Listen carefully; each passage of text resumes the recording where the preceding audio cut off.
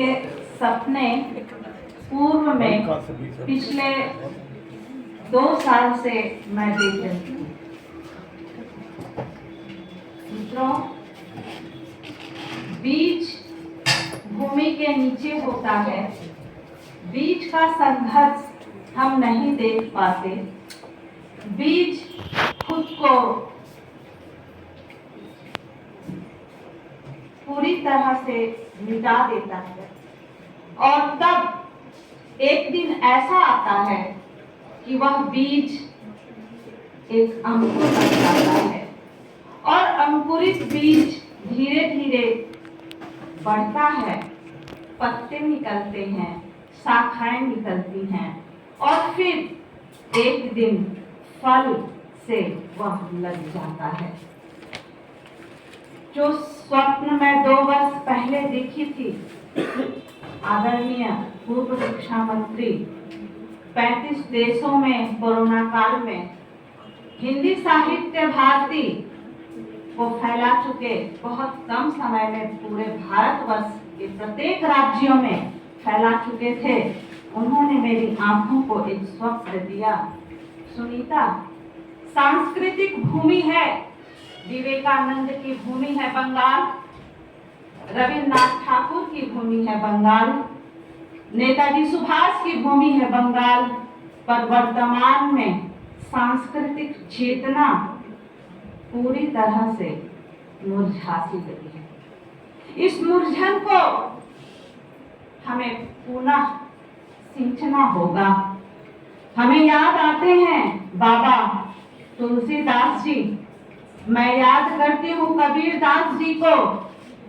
सनातन धर्म तो बहुत पहले से था और रहेगा, पर भक्ति आंदोलन के पृष्ठभूमि में सभी साहित्यकारों और बुद्धिजीवियों को यह बताना पड़ा था कि हमें जागरण करना होगा, हमें जागृति लानी होगी, एक आंदोलन करना होगा, हमें अध्यात्म और संस्कृति की ओर मुड़ना होगा।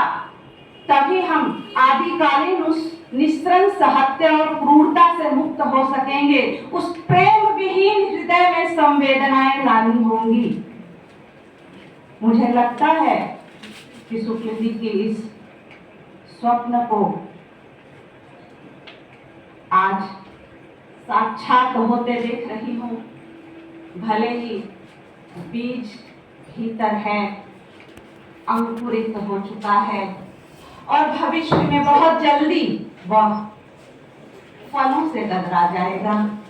हमारी भाषा, हमारी संस्कृति की वह ध्वजा पुनः फहराएगी और हमारा बंगाल हिंदी साहित्य भारती के इस मंच को याद करेगा और लोग पूछेंगे कि वह कौन सा दिन था जब पहली बैठक हुई थी।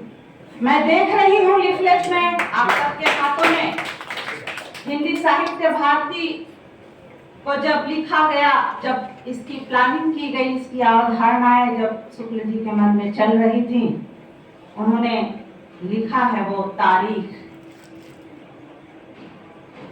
15 जुलाई 2020। आज की तारीख कृपया याद कर लें, हम सभी कार्यकर्ता और नोट कर लें। महामंत्री के इस पद को पाकर मैं आदरणीय रविंद्र शुक्ल के सामने ये संकल्प लेती हूँ कि हिंदी साहित्य भारती ने जो स्वप्न देखा है, हमारी संस्कृति की रक्षा का, हमारी भाषा की रक्षा का, हमारे हिंदी के उस स्वप्न का भी उन्होंने कहा कि हिंदी भाषा विश्व की पहली नंबर की भाषा बन चुकी है, लेकिन हम नहीं जानते। मैं बताऊंगी और हमारी यह जो संस्था है, यह संस्था बताएगी कि हिंदी भाषा मनुष्य के रक्त की भाषा है, जिससे फेफड़ों में श्वास भरती है जैसे, और मनुष्य जीता है। फेफड़ों में श्वास भरने की भाषा हिंदी भाषा है। और भले ही आज इस सभागार में बहुत कम लोग हैं, लेकिन मेरी मुलाकात, मुझे याद आता है वह क्षण 2009 का, जब आदरणीय नेवर जी हमारे महाविद्यालय, हमारे विश्वविद्यालय में आए थे और एक अंतर्राष्ट्रीय संगोष्ठी हो रही थी। विषय था भूमंडलीकरण की आंधी में बाजारवाद। और नेवर जी ने उसी समय ये कहा था अपने वक्तव्य में, मुझे याद है उन्होंने कहा था, आज के युवा ये शब्द प्रयोग करते हैं, ये है यंगिस्तान मेरी जान। मतलब हम भारत को यंगिस्तान कहकर दुनिया को बता रहे हैं कि भारत यंगिस्तान हो गया है, मतलब वो युवा हो गया है, युवा है। हम ये नहीं बता रहे, हम हिंदी को अब हमने इंग्लिश बना दिया है। ना हिंदी है, ना ही वो अंग्रेजी है। हमने अपनी भाषा को विकृत किया है मित्रों। ना शुद्ध व्याकरण बोलते हैं, ना शुद्ध हिंदी बोलते हैं, ना शुद्ध बांग्ला बोलते हैं। हमने एक ऐसी भाषा को जन्म दे दिया है जिसने मेरी संस्कृति हमसे छीन ली है। हमें इस संस्कृति को बचानी है। और पीछे से संक्षेप की बातें हो रही है, मैं संक्षेप करूंगी क्योंकि धन्यवाद ज्ञापन के लिए मुझे बुलाया गया है। हमारे मंच पर आदरणीय शुक्ल जी बैठे हैं और उनकी एक एक क्षण की बहुत कीमत है, इसलिए इतनी दूर से वो झांसी से कलकत्ता आए और अपने ऊर्जावान वक्तव्य हमारे सामने रखे। उनके जाने के बाद भी शायद हमारे मन को और मस्तिष्क को झंकृत करती रहेंगी, जिसकी प्रेरणा पाकर हम अपने संकल्प को और संस्था के संकल्प को पूरा कर सकेंगे। इसके लिए मैं बहुत बहुत आभारी हूँ आदरणीय शुक्ल जी का। मैं धन्यवाद देती हूँ कि अभी अभी विश्व हिंदी सम्मेलन से लौटे हैं, फिजी से लौटकर जो यात्रा